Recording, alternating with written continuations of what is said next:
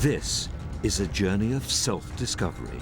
I want to find out why ordinary people like you and I are capable of doing extraordinary things. Why we risk danger, even death, for the sake of another. Why did this woman make the ultimate sacrifice? What made this soldier run into a hail of bullets? What gave these two men the courage to rescue a complete stranger? In our quest to understand our instincts to help others, we'll find out how we're programmed to love and protect our children from birth.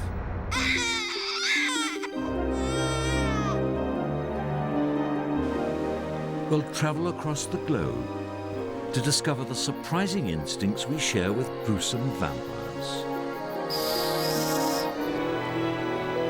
With intriguing experiments, we'll reveal how millions of years of evolution have made us generous to our families. And I'll have my brain probe to learn how human beings can read each other's minds. And we'll go right to the edge of our scientific knowledge to understand how the most uniquely human instinct has helped us to become the most successful species on the planet. The instinct to put others first.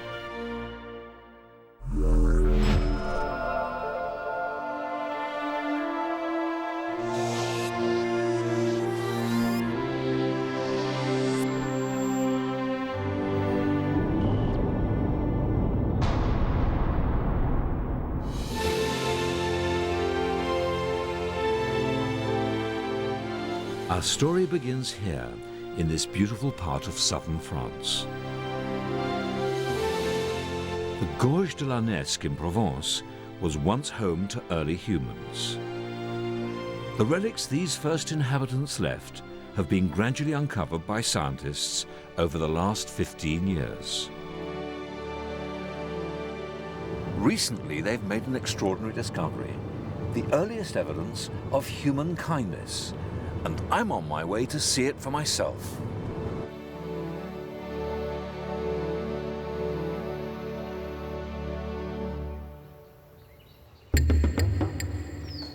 "200,000 years ago, in this stunning gorge, early humans settled in the overhangs of cliffs. And it's in one of these rock shelters that archaeologists unearthed their remarkable find. This tiny fossil has a huge story to tell. It's the right half of an early human jawbone, and we can see that the teeth fell out while this human was still alive. As eaters of tough meat, this would have meant certain starvation, a death sentence.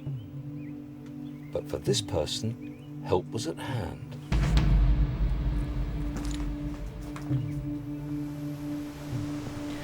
What makes this toothless jawbone, which was lain here for 200,000 years, unique, is that this person must have been fed soft or pre-chewed food for weeks on end, allowing time for new bone to form over the empty sockets.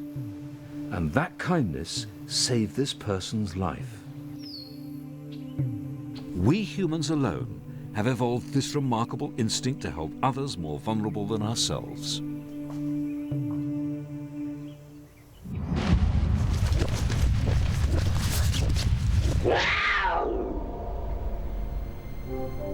Here, in Canada, that instinct to help others was put to the ultimate test when a mother was called upon to protect her son. Stephen Parolin is lucky to be alive. 6 years ago, he set off on a camping trip into the remote mountain forest with his brother, his mother, and sister, Melissa. It was pretty exciting. In the morning, I felt a bit nervous and like something bad was going to happen or something, but I kind of shoved it aside and I was feeling pretty happy when we got going. They had almost reached the campsite when, without warning, the horses began to snort and rear. Something was wrong. I saw this head poke out of the trees on the left side of me, and I thought, oh, it's just a coyote. And then it came on. It's kind of, they have very sleek movements, and he just kind of like glided it out, and I kind of looked at it and I went, that's not a coyote.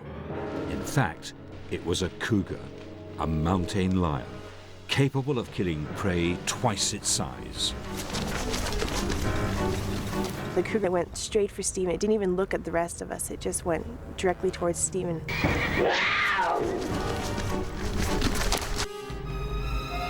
Sat its paws right on the saddle. Huge eyes just sitting there staring at me, and then...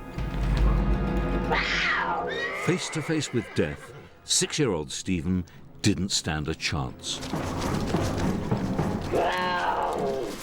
Stephen kind of fell off, and then as he was standing up, the cougar reached around his head like this with his paws and just ripped open his head.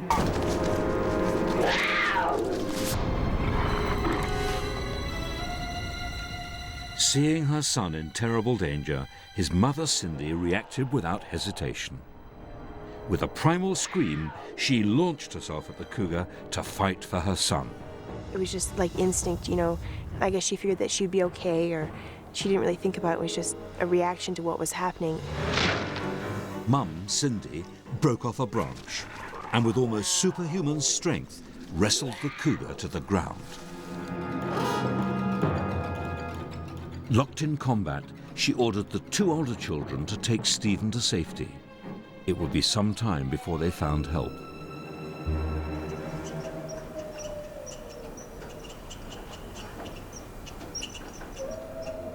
With Stephen safe, his brother returned to the forest to search for his mother with family friend Jim Mannion. I had to move over about 3 or 4 feet, took a couple steps to my right, and there was the cat. And the head of the cat was right over top of Cindy's head. When they found Cindy, she was barely alive. She'd been wrestling with the cougar for over 2 hours. Jim took his gun and shot the cougar. Despite terrible injuries, Cindy had clung on to life. I really believe that she kept herself alive to see what had happened to her children. And I think after hearing that her children were safe, then she just at that point said, hey, it is time to go. Cindy died of her wounds on the way to the hospital. The instinct to protect her children led her to make the ultimate sacrifice.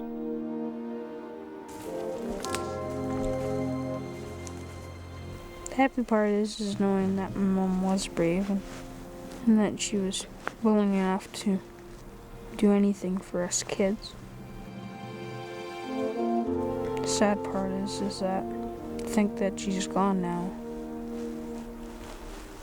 and I'm never going to see her again. In saving her son, Cindy demonstrated the most powerful heroic instinct we know, the mother's drive to protect her young.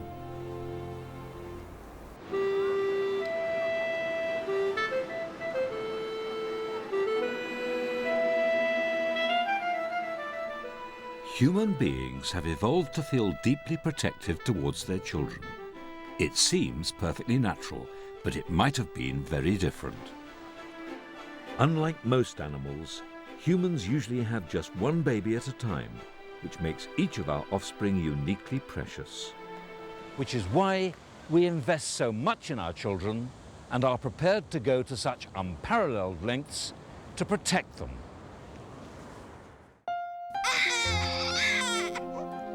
Millions of years of evolution have made us all loving parents. Right from the moment of birth, our brains and bodies help us bond instinctively with a newborn child. The key to making that happen is a hormone we humans share with all other mammals. It's called oxytocin. It has immediate and powerful effects. The new mum becomes hyper-aware of her baby. Her senses appear to work faster and more keenly.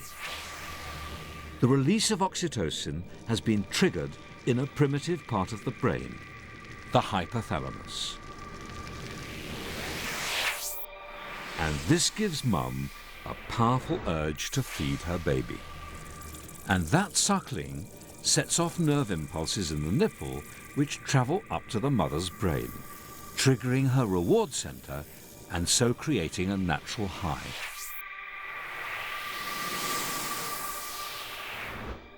Mum soon learns to recognize the unique smell of her baby, and each time she smells the baby, more oxytocin is released. Bonding and nurturing behaviors in men seem to be stimulated by a chemical that's very similar to oxytocin, vasopressin. It's released from the same primitive area of the brain. And new fathers also have a nose for their newborn baby. The scent induces a feeling of calm and can make men less aggressive. It's a powerful effect, the result of millions of years of evolution.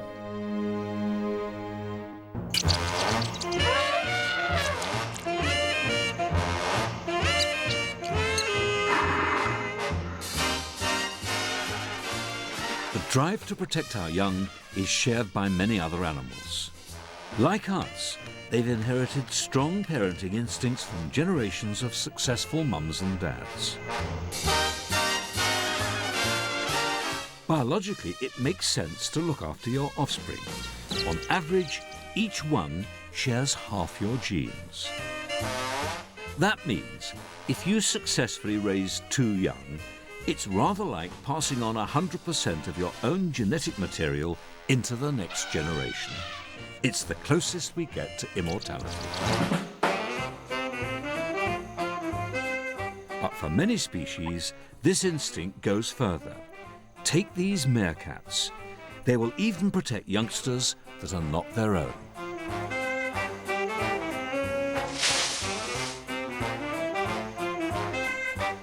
These adult meerkats babysit their nieces and nephews. They literally stick their necks out in search of predators. What they do is dangerous. They could attract unwelcome attention themselves. So why take the risk? Well, it makes sense. These little nieces and nephews share 1/4 of their genes with their aunties. So looking after 2 of them, in biological terms, is as good as having their own child.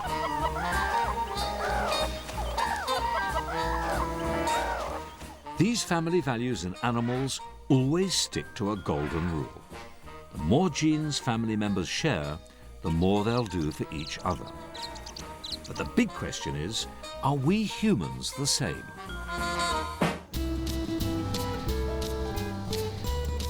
Meet the Gavin family of Essex, England. They're about to take part in an unusual experiment to test their instincts. My name's Elf, and I'm father to Kim and Lisa. I'm Lisa, and Philip and Becky are my children. I'm Becky and Kim's my aunt. My name's Kim. I'm mum to Helena, Matthew and Heather, auntie to Philip and Rebecca, and sister to Lisa. Just like the animals, the closer the Gavins are on the family tree, the more genes they share. And if they obey our golden rule, the more they should do for each other. Here's the test.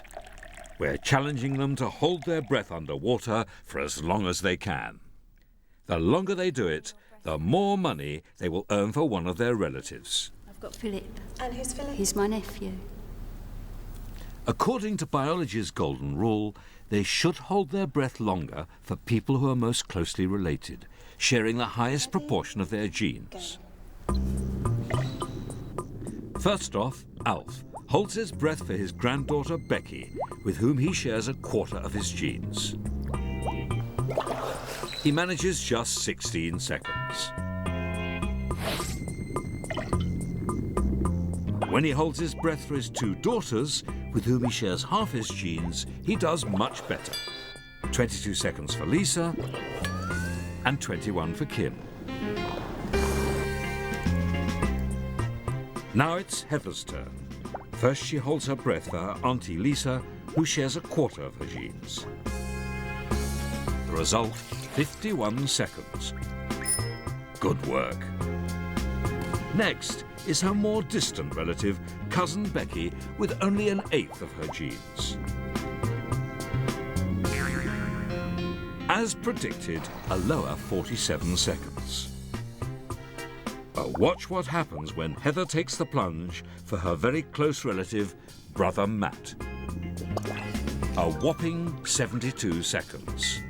It makes sense. They share half their genes. Scientists have repeated this experiment on a number of families. Results show that when it comes to being generous, there really is a natural pecking order. People put themselves out more to help people who are more closely related. So without thinking about it, the Gavins obey this golden rule of biology.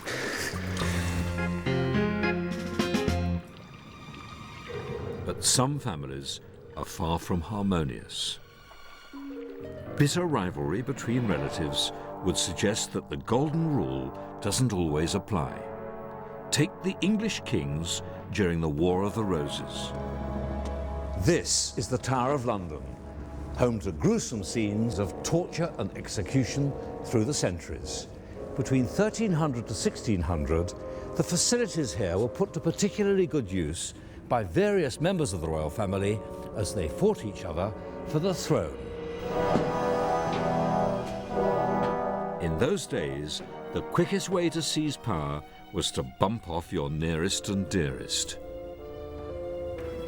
Scientists decided to study this bloody period to find out what becomes of the golden rule.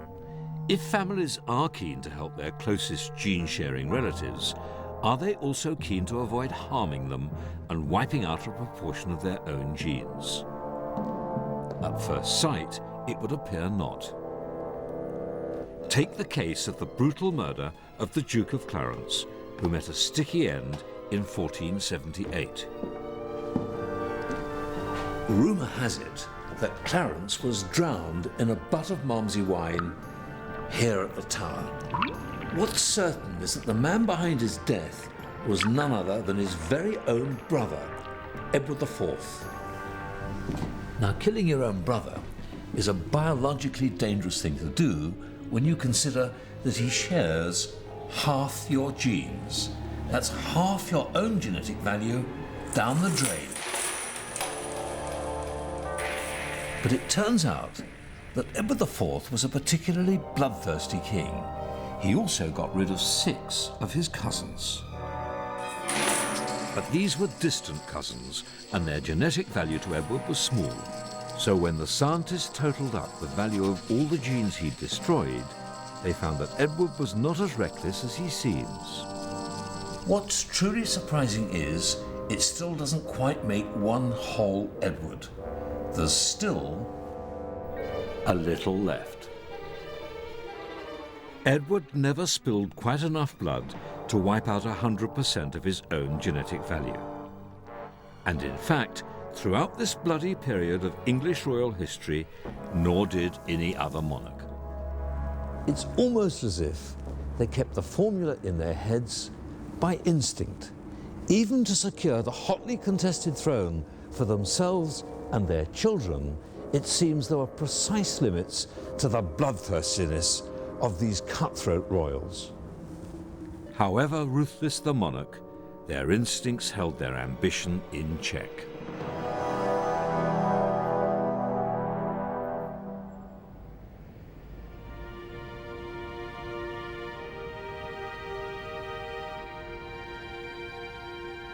It's easy to understand why we might instinctively protect members of our family.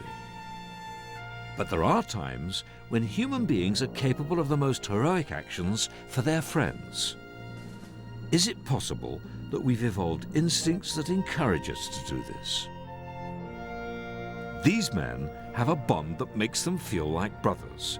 It was forged under the most extreme circumstances after the heroic actions of this man, Al Raskin.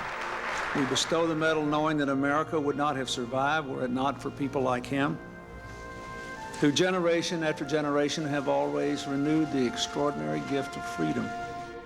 Medic Al Raskin and his friend Neil Haffey were just teenagers when they went to Vietnam. But what happened there, neither would ever forget.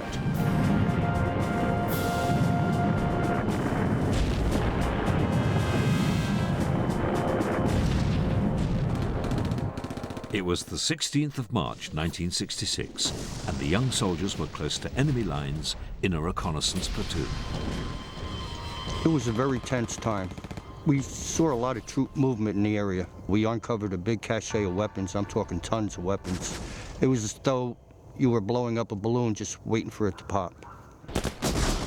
They spotted an enemy machine gun nest up ahead, and Neil Haffey opened fire. As soon as I got one round into it, all hell broke loose. Machine gun fire was going off, small arms were going off, hand grenades were being thrown at each other.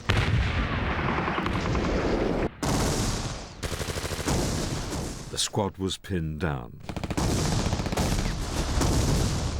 Neil watched powerless as a close friend was killed just a few feet away.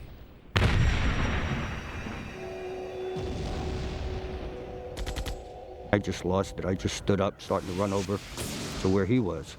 At that point, this enemy soldier, as close as you are to me, shot me point blank. Seeing Neil badly wounded, Al Raskin jumped up and rushed towards him, ignoring a hail of bullets. And as I'm trying to get towards Haffey, hand grenades are thrown at him. One landed maybe 3 or 4 feet away from me. And I thought it was my turn to go. I thought definitely I was going to be dead within the next couple of seconds. And I remember just turning my head because I didn't want to see death coming. With his friend in mortal danger, Al Raskin made a split-second life and death decision. You're looking at a person that you know, and you have no other choice than to take care of that person. Whether your life is going to be taken away, you don't know. I was expecting the grenade to go off any second. I was just closing my eyes and waiting for it, and all of a sudden this heavy weight just jumped right on top of me, and it was Doc. I had no choice but to cover him with my body.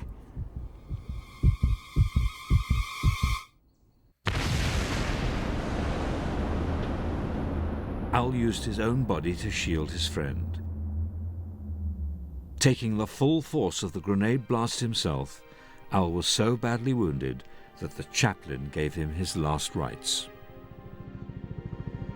I think there are things that are done out of instinct, things you can't come back and plan for. It's not a condition where you have the privilege to come back and think about it. It's something you just do. I believe Doc was going on instinct and adrenaline when he was doing all this. He wasn't thinking. I think even a medic of Doc's caliber, if he would have thought it out, he wouldn't have done it. 30 years later, Al Raskin was given the Medal of Honor. I'm very thankful for what Al did. You know, I've had a good life so far. I've had a good career. I have a beautiful family. Been places I never would have been able to go dead. So I can't thank him enough. You know, I try, but I can't.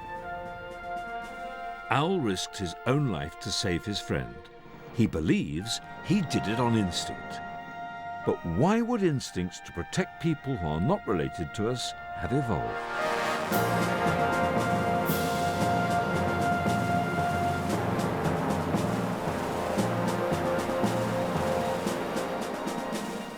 Scientists have found clues that help us understand why we all have instincts to help our friends.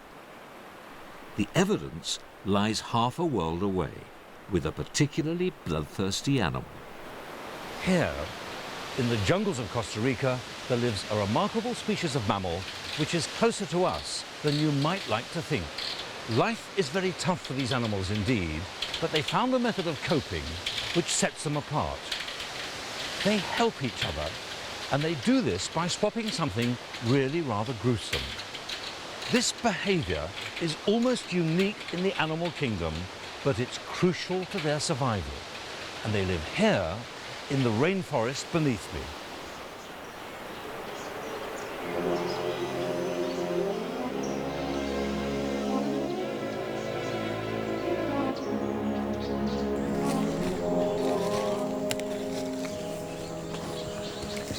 this large hollowed tree, there live several different species of bat. And in a few minutes, as it begins to get dark, they'll fly out and look for food. Now, the species of bat that I'm interested in doesn't live on fruit or insects, which is usual. They have a slightly more exotic diet.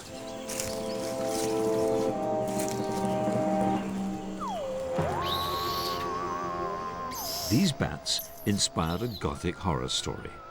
And just like the mythical monster, they are creatures of the night. So we filmed them with a night vision camera to get really close to them.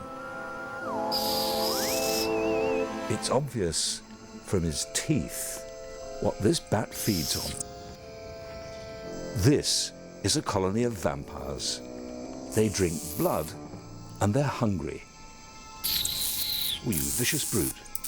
Look at your evil face. I'm going to let you go.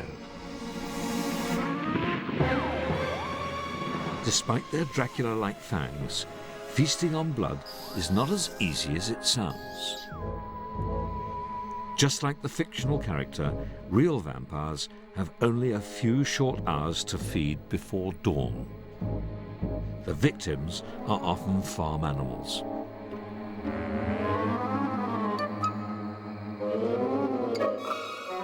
Gruesome as this may look, the sleeping victim is unaware. The bat's saliva numbs the wound, whilst ensuring a steady flow of blood.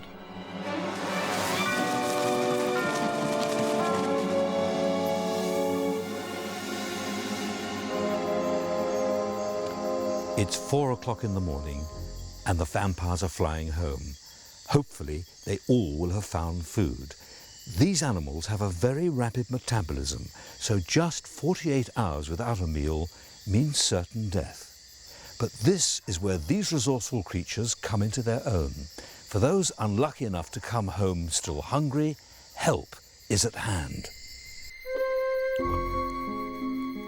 The vampires live in small groups that have evolved to cooperate. One bat will regurgitate blood for another bat who's failed to find food. This generosity makes a dramatic difference to the survival chances of the whole colony. But beware any bat who takes blood and refuses to return the favor. They'll be remembered and shunned in future. This kind of generous behavior is exceptionally rare. In fact, vampire bats are one of the only species ever found that remembers favors for more than a brief, fleeting moment. Except for we humans, of course.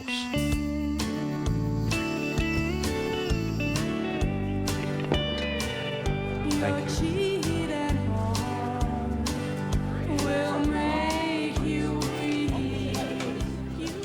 As animals go, we humans are really very generous indeed. In fact, we are naturally the most generous of animals by far. Most of us would think nothing of lending somebody the money for lunch or buying a round of drinks in the pub. But exactly like the bats, when we're generous, our instincts are crying out for us to be repaid. Cheers. After all, being generous might backfire. We could leave ourselves vulnerable to people who take but don't give in return.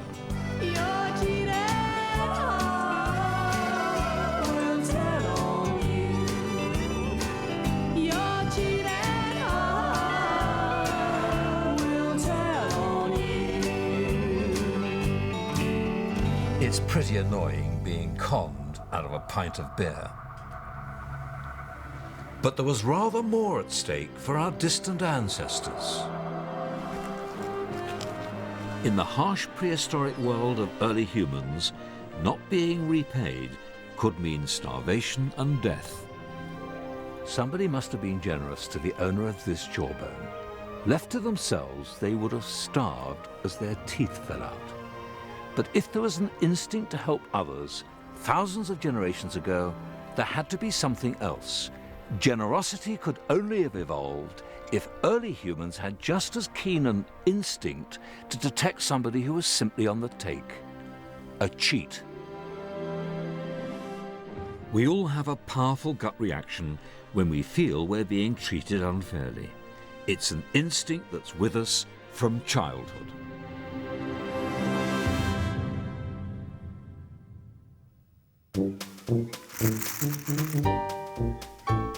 In this experiment, 7- and 8-year-olds are sharing a stash of 10 chocolate coins. One child decides on how they are split, and they can offer as many or as few coins as they like. I'm gonna give her 2. You get 3. So you get 1. You get 3. At first, they keep more for themselves, but there's a catch. It's the other child who gets to decide if the split's fair. If not, they can refuse the offer. And then, both children have to go away empty-handed. Will they get away with it? No. I said no. No. No. What do you mean? That means you don't get any chocolate. I don't care. It's already too little. Almost all of the children reject a smaller share, preferring to have nothing at all. It may seem strange, but it's not. By going without themselves, they're punishing their partner who loses even more chocolate. And they're not going to forget that in a hurry. Look what happens when the experiment is repeated. She gets 5 and I get 5. Okay. You get 4. Okay, I gotta give you 5 coins for you and 5 for me. I'm gonna give you 4. Now, with a fairer split, what will the response be? Yes. I'll say yes this time. Yeah. Yes. The children are happy to accept. It's not difficult to see why we've evolved this way. If we react instinctively against people who cheat, they'll think twice before trying it again. This instinctive taste for fairness leaves humans free to help one another.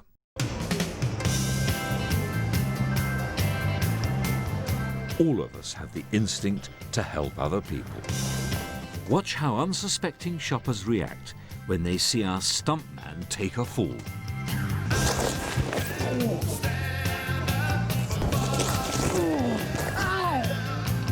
Oh, it's all right, lovely, yeah. When they see him in trouble or in pain, they react with compassion. It's as if they feel the same pain too. Sure, all right. Thanks very much. Thank you very much. Are you okay? They're experiencing a particularly human instinct called empathy. Oh, never mind, sweetheart. Yeah.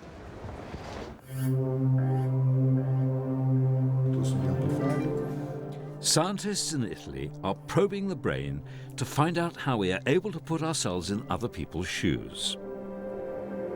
The team here have devised an experiment to show how the brain does something truly amazing. It reads other people's minds. The experiment involves magnifying the brain signals responsible for imitation. But to show how it works, the scientists need a human volunteer. So here goes. Recently, they've discovered a special set of brain cells. They're called mirror neurons, and what they do is remarkable.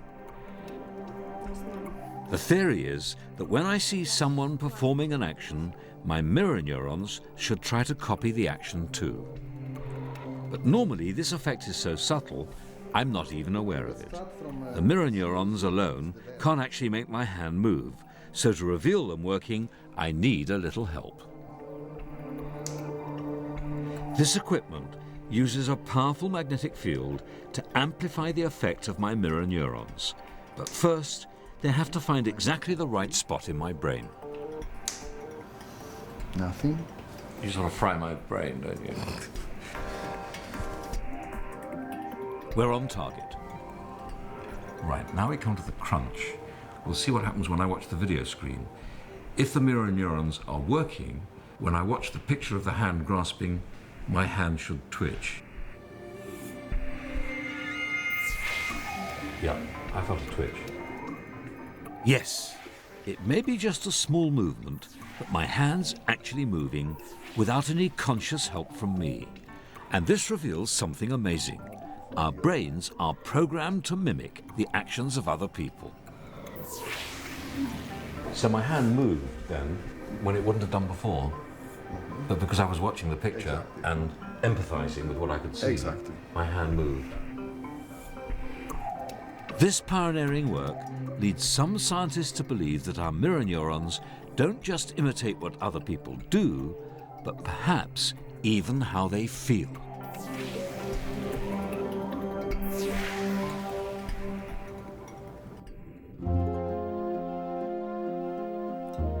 Empathy is so important to us that we're all born with a highly specialized mechanism to help share our feelings: the human face. The anatomy of the human face is unique in the animal kingdom. 47 muscles working together to reveal our emotions. Joy, anger, sadness, disgust. We express our feelings in our faces spontaneously, and our expressions are the same the world over. But why should millions of years of evolution have left us with such a sophisticated tool for empathy?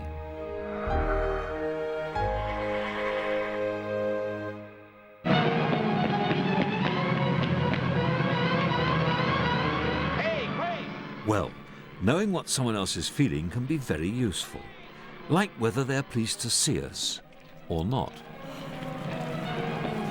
Give me some.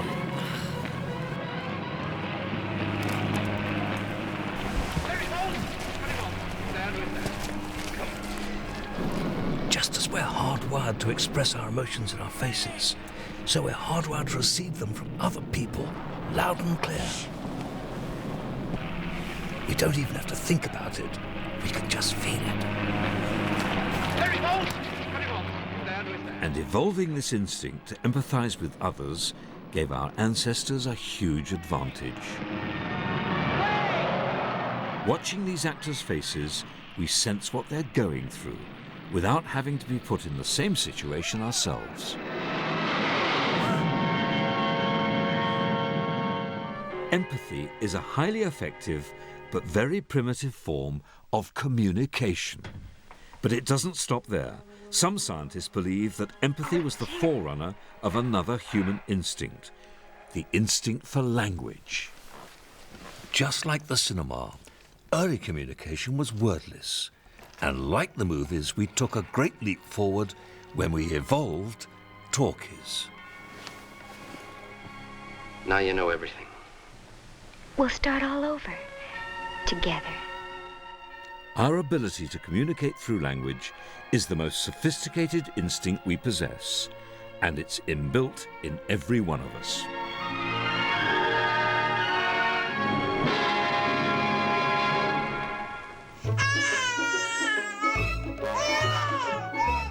Nine months ago, Jasper was just a tiny, screaming infant. He relied on his survival instincts to make sure he got all the attention he needed: love, care, comfort, and of course, food. Now, another instinct is causing something remarkable to happen. Jasper is making his very first attempts to talk. In less than a year, he has already mastered the full range of vowel sounds of his native tongue.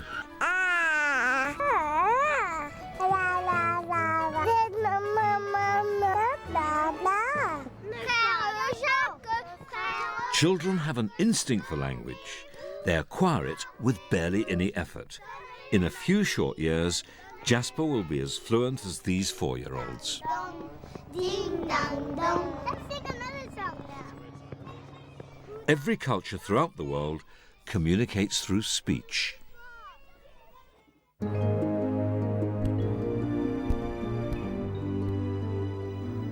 Our instinct for language put our species in the fast lane.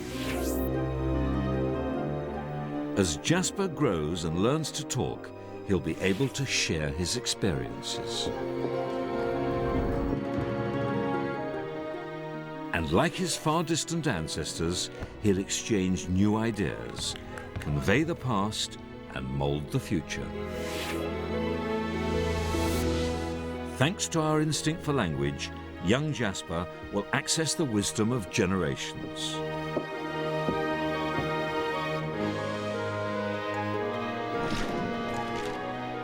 The accumulated knowledge of the human race means that we are all standing on the shoulders of giants.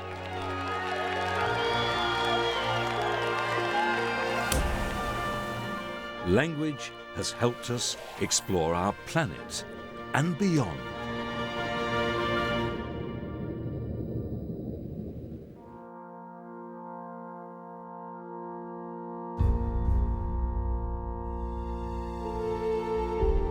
But this isn't the end of the story. We're not slaves to our instincts. As human beings, we learn, we reason, and we choose.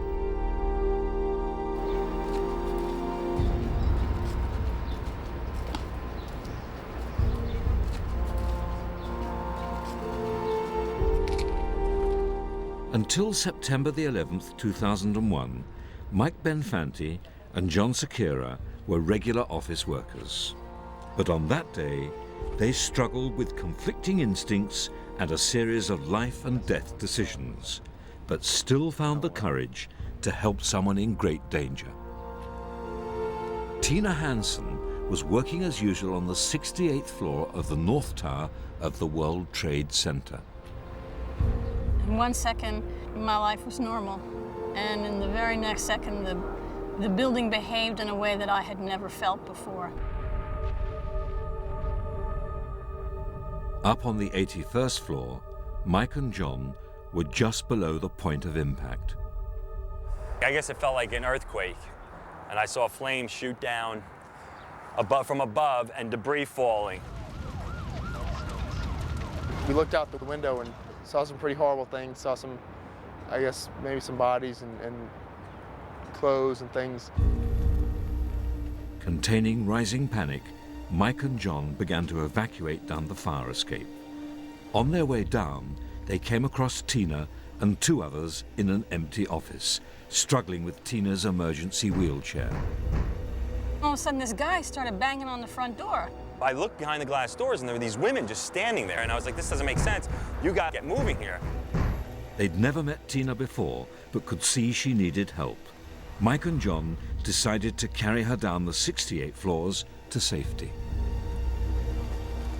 There was no hesitation on their part. They didn't even seem to think twice about it.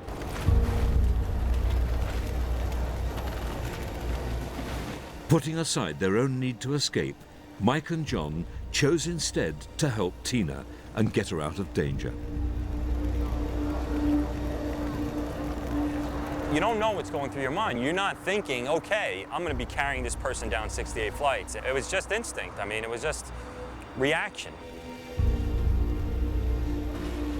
Mike and John carried Tina down flight after flight. Then, almost an hour into the grueling descent, a fireman offered them a chance to leave Tina at an evacuation station on the 18th floor. My first reaction was to agree to that. But before I could get the words out of my mouth, Michael said, no, we've come this far, we're going to take it all the way. I looked at John, and John looked at me, and he's like, all right, let's, we're not letting go. And we didn't. I went along with his instinct, even though mine was different. I would have waited on the 18th floor. And I probably would not have gotten out in time.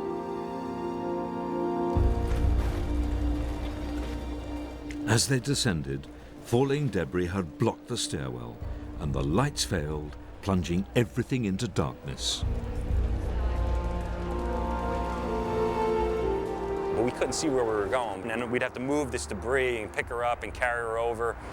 And we'd go one way and there was no way out. We'd go another way, we couldn't get out, and now panic is starting to set in more and people are becoming more frantic. It was almost like you were staring death right in the face. But even at that point, not knowing if we were going to get out, there still wasn't the option in my mind to leave Tina. After battling for over an hour, they finally made their way out of the building just in time. Tina was driven away in an ambulance to safety only 2 minutes before the North Tower collapsed. I was just so relieved. I was so grateful, mostly, to everybody I had met along the way who had just been there for me, even though they didn't know me from Eve, In the darkest of hours, Mike and John had put their own survival instinct aside and emerged as heroes. It was amazing because that was probably the worst situation, or the one situation where you can make an excuse to say, okay, I'm just gonna think about myself and I don't really have to worry about anybody else. But that's not what happened. I could have been another victim of other human beings who were carrying out mass murder on that day. But because I was fortunate enough to meet women and men who acted on other impulses, I was not another casualty. John and Mike were spurred on by the instincts we all share to help others. But their extraordinary heroism reveals a strength of character that instinct alone cannot explain.